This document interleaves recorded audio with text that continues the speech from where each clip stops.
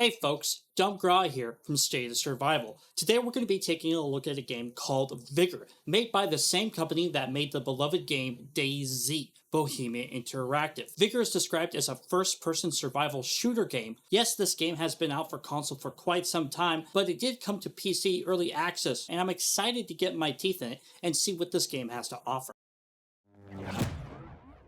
While Vigor does have its own story, it's not thrown in your face, and rather you discover the story by collecting cassette tapes or other items in the game. The premise of the game is that you're in Norway in 1991 after a post-war event, and you're living in the apocalypse as a survivor.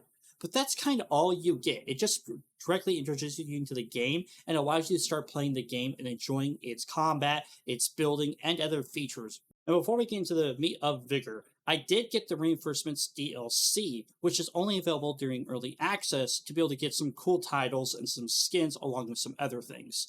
Vigor's tutorial is more like an entry level into the game that's broken up into two parts. The first part is explaining the core mechanics of the game, how to scavenge, fight, reload, shoot, etc.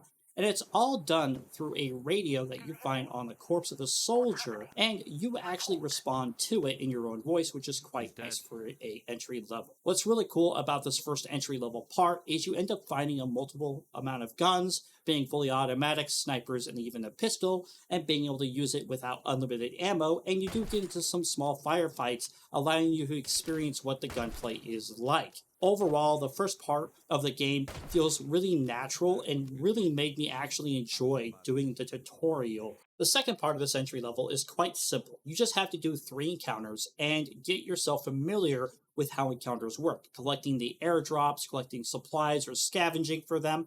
And once you do 3 of these encounters, whether you live or not, the full shelter unlocks for you, and so do the other game modes that you can enjoy, which is Shootout and Elimination. Overall, the entry level into this game is short, quick, and sweet, and that's how I like them. Encounters, as I said earlier, are a PvP material resource collection activity. Now, this allows you to go into a map area with a rotating amount of maps and collect a airdrop and try to escape with the airdrop and as much resources as you have collected. Now, don't be fooled. Before the airdrop comes, it is a PvP situation, and people will be trying to hurt you or kill you in this scenario. And once you pick up the airdrop, your area will be exposed to the rest of the people remaining on the map for them to come and get you. Now, you don't necessarily need to get the airdrop to survive. You can exit the map with your materials. However, getting the airdrop is a big boom to your experience as you can level up in this game. There are reasons to gather the materials as well, as you use the materials to upgrade your house, your guns, build new guns, etc. So always be on the lookout for trying to scavenge new materials or items that you can bring back to you when you do survive. If you do end up dying, you actually can spectate people as they're fighting each other, and it's kind of cool to see how people are actually using the game's mechanics and combat, and you can kind of get a fun feel of it. If you don't like it, you can quickly exit, go back to the encounter screen, and start getting ready for your next encounter. The shelter upgrade system in this game really gives the game a long-term purpose or goal. Rather than going out into these encounters, collecting materials, and PvPing for no good reason, you can go PvP, experience the fun and joy of that, and bring back resources to upgrade your shelter. Now, you're not upgrading your shelter just for cosmetics. Upgrading your shelter allows you to gather passive resources such as wood, food, or even being able to make it so you can upgrade or craft new weapons. When you first go down into the bunker to see what the bunker area is like, you see a bunch of pegboards with very few weapons, but a lot of shadows of weapons that you can eventually find the blueprints for, or craft, or upgrade for. And upgrading your workbench that you make your weapons at, or upgrade them at, actually unlocks future weapons to build with the blueprints you find, as well as upgrading other elements in the base, such as the chemistry area, the generators, etc., can make your base feel more habitable and give you other perks and benefits. One of the things I love about the upgrade system is that it also allows you to eventually upgrade the entire shelter itself, going from this ramshackle shack into looking like you're actually starting to upgrade it to make it look like a more long-term dwelling. Overall, the shelter system and its upgrades feel like they all have a great benefit because you keep wanting to go back on these counters, these shootouts, or eliminations, and actually keep experiencing the full fledged of the game and having fun doing so.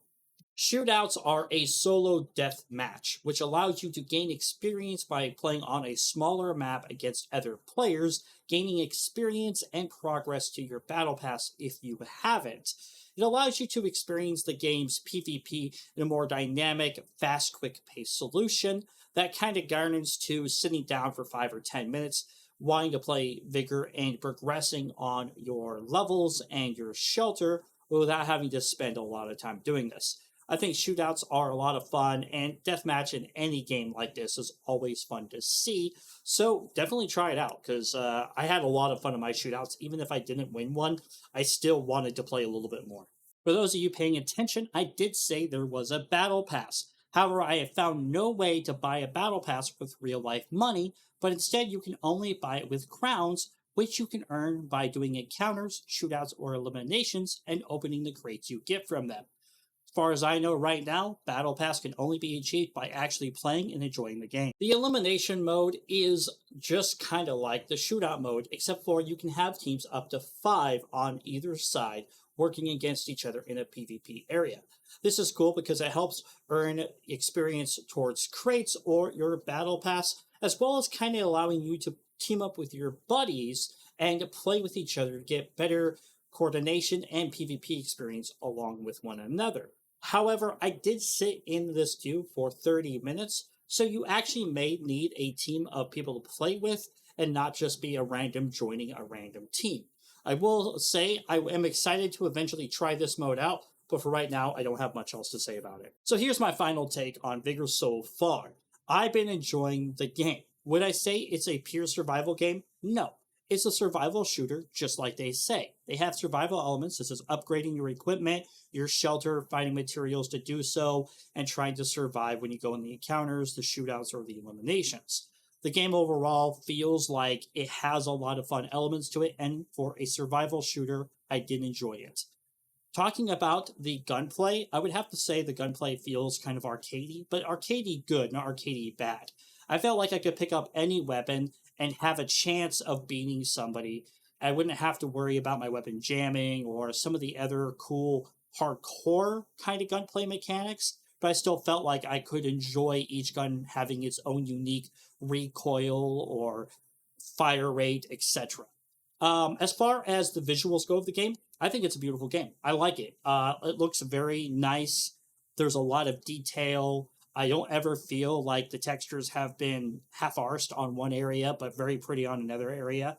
And I really enjoy the overall, I guess, realism of collisions with targets. When somebody starts shooting at me and I run behind a tree, I can actually see the tree being shot at particles, as well as I know the tree is giving me cover.